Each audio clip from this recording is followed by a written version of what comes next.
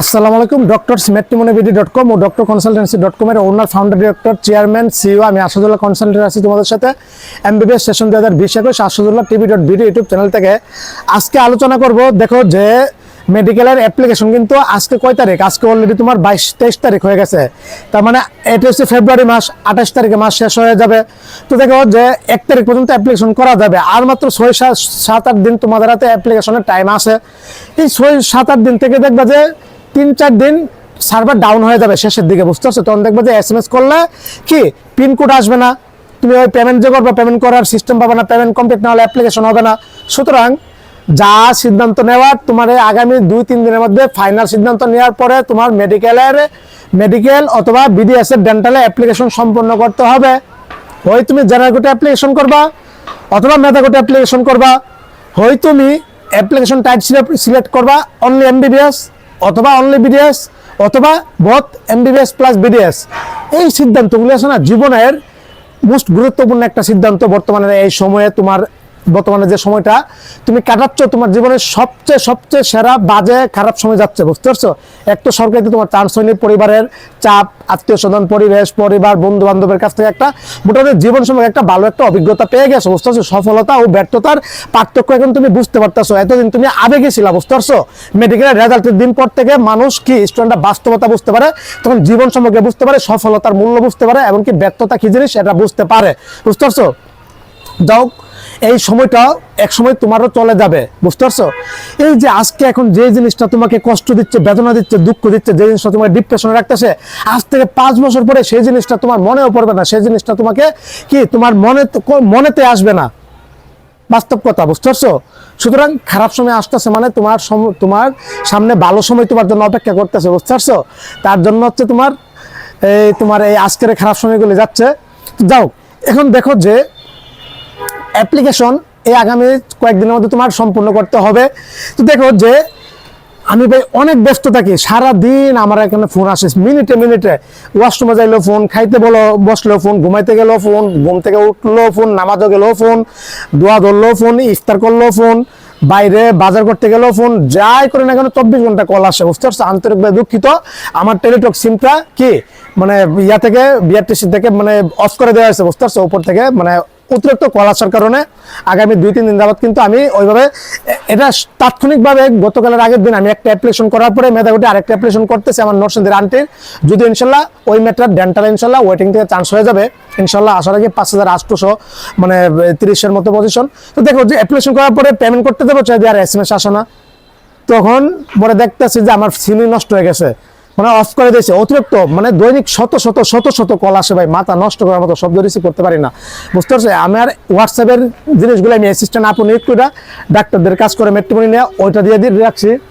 আর এই ভাবতেছি অতিরিক্ত কল আসার কারণে হয়তো ওনারা সন্দেহ করার কারণে সিমটা অফ করে দিয়েছে, এখন অ্যাক্টিভ করেছে। আমি সরাসরি তাৎক্ষণিক সকালে 10টার মধ্যে ঢাকায় ওনাদের টেলিটকের অফিসে গিয়ে সবকিছু জমা দিয়ে অ্যাপ্লিকেশন করে কিন্তু সিমটা অ্যাক্টিভ করেছে, বুঝতে পারছো? কল আসতেছে কিন্তু আমি এখন কাউকে কল দিতে পারতেছি না, আমার দ্বিতীয় নাম্বার সেকেন্ড সিম ইউজ করে কল দেওয়া লাগে, বুঝতে পারছো? হোয়াটসঅ্যাপে যোগাযোগ করার সবকিছু ঠিকঠাক আছে, সমস্যা নাই, ঠিক হয়ে যাবে। এগুলি এখন পেমেন্ট করতে পারতেছি না, অজস্র অ্যাপ্লিকেশন করছি ভাই, হাজার টাকা এখানে রিচার্জ করছি। তো হয়তো একটা সন্দেহজনক হতেই পারে যে এই সিম দিয়ে এত পেমেন্ট হচ্ছে, এত হচ্ছে, কল আসতেছে। যাও, এটার কারণে এত পরিমাণ বিরক্ত ভাই, এটা মন মেজাজ সন্ধ্যা থেকে নিয়ে 6টা থেকে নিয়ে রাত্রে 3টা পর্যন্ত কলে থাকতেছে গত কয়েকদিন যাবত, গত 4-5 দিন যাবত, এই প্রথম রোজা থেকে। তো যাক, আজকে অ্যাপ্লিকেশন করবো যে এই কয়েকদিনে তোমার সিদ্ধান্ত ফাইনাল করতে হবে, তুমি কি এমবিবিএস এ ভর্তি হবা নাকি ডেন্টালে ভর্তি হবা, তুমি কি করবা, মেধা গোটা করবা নাকি জেনারেল গোটাই। মোস্ট গুরুত্বপূর্ণ তোমার এই সিদ্ধান্তের উপর নির্ভরশীল করতেছে তুমি আগামী সারাটা জীবন, এই দুনিয়ার জীবন যে একটা হায়াত পেছো, জিন্দিগি পেছো, এই জিন্দিগিতে তুমি কি হিসাবে উপার্জন করবা, রিজিক উপার্জন করবা, বুঝতে পারছো? ডাক্তারদের মতো মহৎ পেশা দুনিয়াতে আর কোনো কিছু পেশা হতে নাই, বুঝতে পারছো? সবচেয়ে সেরা একটা পেশা। তুমি অন্য পেশাতে যাও না কেন, অন্যের উপর নির্ভরশীল থাকতে হবে, কিন্তু ডাক্তারদের মধ্যে তুমি দুনিয়া কারোর উপর নির্ভরশীল থাকতে হবে না, ঘরে বসে তুমি ইনকাম করতে পারবা, বুঝতে পারছো? একদম স্বাধীন একটা মুক্ত পেশা, বুঝতে পারছো? আর মানব সেবার একটা সর্বোত্তম, মানুষের সরাসরি সেবা করা একটা উত্তম হচ্ছে এই ডাক্তার, ওই এমবিবিএস অথবা বিডিএস, বুঝতে পারছো? এমবিবিএস বিডিএস না পরে কথা বলবো। অ্যাপ্লিকেশন করেছো, করার পরে এটার অ্যাপ্লিকেশন হয়েছে কি হয় না হয়েছে কিনা এটা জানবা কিভাবে, পেমেন্ট কমপ্লিট হয়েছে কিনা এটা জানবা কিভাবে, অ্যাপ্লিকেশন তুমি কি ভুল করেছো কিনা এটা জানবা কিভাবে, তুলে ধরবো। রাত্রে একটা মেয়ে ফোন দিয়েছে, খুঁজা টুজা ইউটিউব থেকে আমাকে বের করছে, বাসা শরীরপুর, আমি শরীরপুরে থাকি বর্তমানে, যেহেতু ঢাকাতে সময় দিচ্ছে, আগামী 5-6 দিন আরো ঢাকাতে থাকা লাগবে আমার। আজকে প্রত্যেক দিন বিভিন্ন জেলা থেকে 6-7 জন আসে ভাই, বিভিন্ন দূর দূরান্ত থেকে। আজকে আসছে নোয়াখালী থেকে এক ছেলে, খুলনা থেকে এক ছেলে, ইয়ার আপনার বড় ভাইয়ার মা আসছে, ছেলেকে ভর্তি করবে, মেডিকেলের টাকার সমস্যা, এত টাকা দিয়ে পারবে না, হেল্প চাওয়ার জন্য আসছে। আরেকজন আসছে আপনার এই নারায়ণগঞ্জ থেকে, আরেকজন আসছে হচ্ছে কিশোরগঞ্জ থেকে, আরেকজন আসলো ঢাকা থেকে, আরো 2 জন আসলো, আরেকজন গোপালগঞ্জ থেকে আসলো। ব্যস্ত থাকে, বুঝতে পারছেন ভাই। এই আগামী 7টা দিন doctorsmatrimony.com-এ 350 বায়োডাটা পেন্ডিং আছে, ডাক্তারদের বায়োডাটা আমি অ্যাপ্রুভ করতে পারতেছি না। 350 জনের অলরেডি 855 জন বায়োডাটা কি মানে অ্যাপ্রুভ হয়ে গেছে, আলহামদুলিল্লাহ। আলহামদুলিল্লাহ সফল।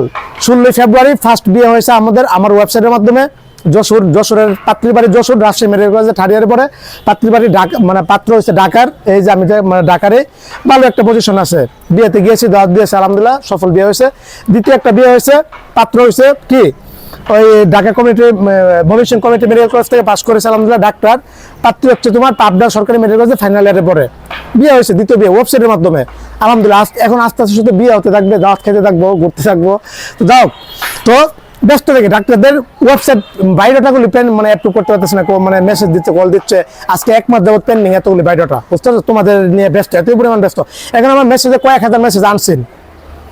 রাত্রে একটা মেয়ে ফোন দিয়েছে যে অ্যাপ্লিকেশন করতে এসে কম্পিউটার দোকানে অ্যাপ্লিকেশন করছে, করার পরে দেখে যায় ওর অ্যাপ্লিকেশন হয়েছে তোমার মেধা অচল গোটাই, পজিশন ওর 73,000, যারা গোটা অ্যাপ্লিকেশন করার জন্য বলছে, করে ফেলছে মেধা গোটা। আমি কি কন্ট্যাক্ট আগে বলে দিয়েছিলাম নে এই ভুলগুলি করবে, এই হয়েছে এরকম।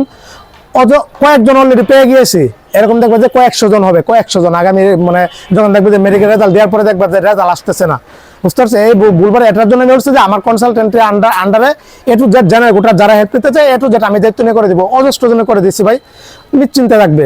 এই যে মেয়ের লাইফটা বাতিল, সেকেন্ড টাইমার ছিল, মেডিকেলে পড়ার সুযোগ কোনোভাবেই নাই, কোনোভাবেই নাই। 12টা বছর লেখাপড়া করছে, অযথা অযথা অযথা।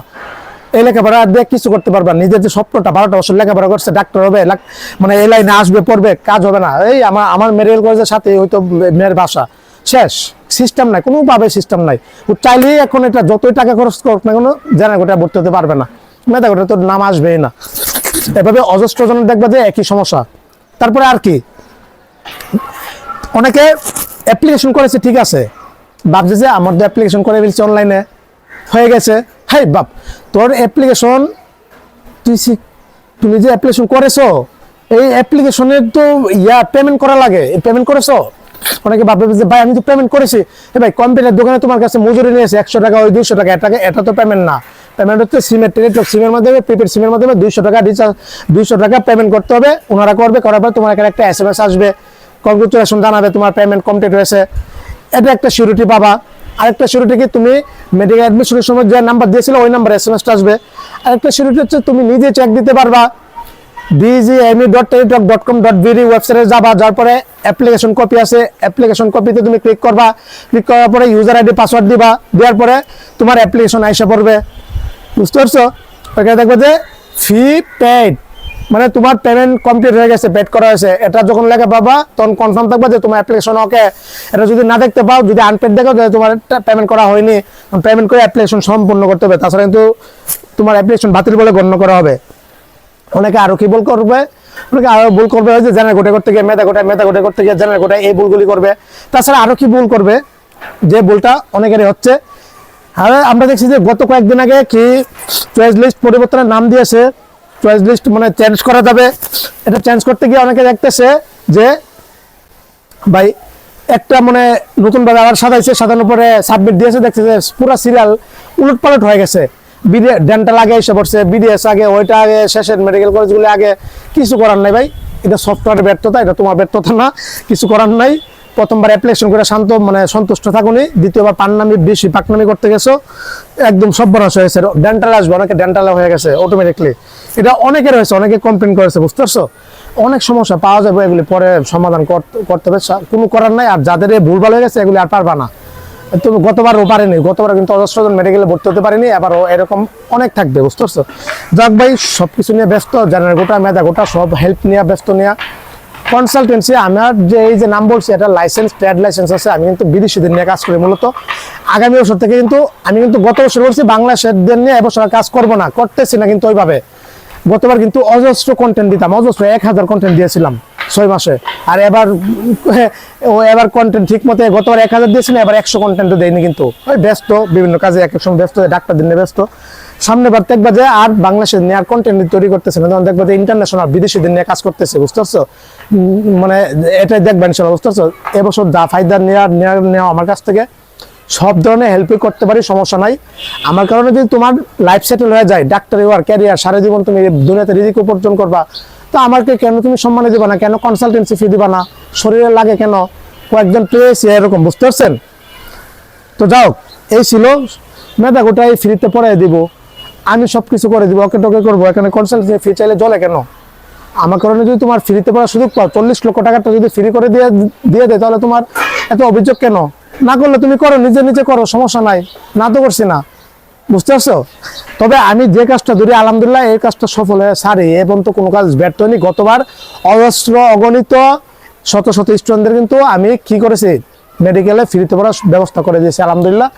আমার টেকনিক, আমার অভিজ্ঞতা, জ্ঞান, এই পৃথিবীতে সবচেয়ে দামি জিনিস হচ্ছে জ্ঞান, অভিজ্ঞতা, পরামর্শ, বুঝতে পারছো? জ্ঞানের জিনিসের মতো এমন দামি দৌলত এবং দামি বস্তু আর দুনিয়াতে কিছু নাই। কিন্তু ফ্রিতে জ্ঞান দিব তোমাকে, বহুত পরামর্শ দিয়েছে, বহুত হেল্প করেছে মানুষের কাছ থেকে, কিন্তু প্রতারণা হয়েছে, মানুষের কাছ থেকে কোনো ইয়েই পাই না। এমন ঘটনা বলবো তোমরা নিজের অবাক হবে, বুঝতে পারছো? যাও, এই ছিল, সবাই ভালো থাকো, সুস্থ থাকো। বহুত ব্যস্ততা আছে, রাত্রে ঘুম পর্যন্ত হয় না, অ্যাপ্লিকেশন করতে করতে আমার সিম পর্যন্ত নষ্ট করে ফেলেছি, কল আসতে আসতে আমার সিম পর্যন্ত নষ্ট হয়ে গেছে, এরকম অবস্থা হয়ে গেছে। অনেক ক্লান্ত ভাই, নিজেকে এই কয়টা দিন যে কি পরিমাণ পরিশ্রম করা লাগতেছে আমার টাইমে জানি। রোজা রাখা এই যে 3.5 দিন ওদেরকে সময় দিয়ে আসছি, কত কথা যে বলা লাগে এটা আপনি কল্পনা করতে পারবেন না, অবস্থা করুণ হয়ে যায়, বুঝতে পারছেন? কথা বলতে বলতে একদম শেষ হয়ে যায়। যাই হোক, এই ছিল, আস্তে আস্তে আর কন্টেন্ট দিব ইনশাল্লাহ। ব্যস্ততার মধ্যে যাচ্ছি, স্টুডেন্টদের নিয়ে ব্যস্ত, অফলাইন হয়ে গেছি, অনলাইনে তেমন সময় দিতে পারতেছি না। যাদের প্রয়োজন হয় সিমে কল দিলে তখন ওইগুলো আমি ব্যাক করি, তাদেরকে সময় দিই। হোয়াটসঅ্যাপে কিন্তু ওইভাবে সময় দিতে পারি না। এই ছিল, সবার জন্য শুভকামনা রইল। আসসালামু আলাইকুম ওয়া রাহমাতুল্লাহি ওয়া বারাকাতুহু।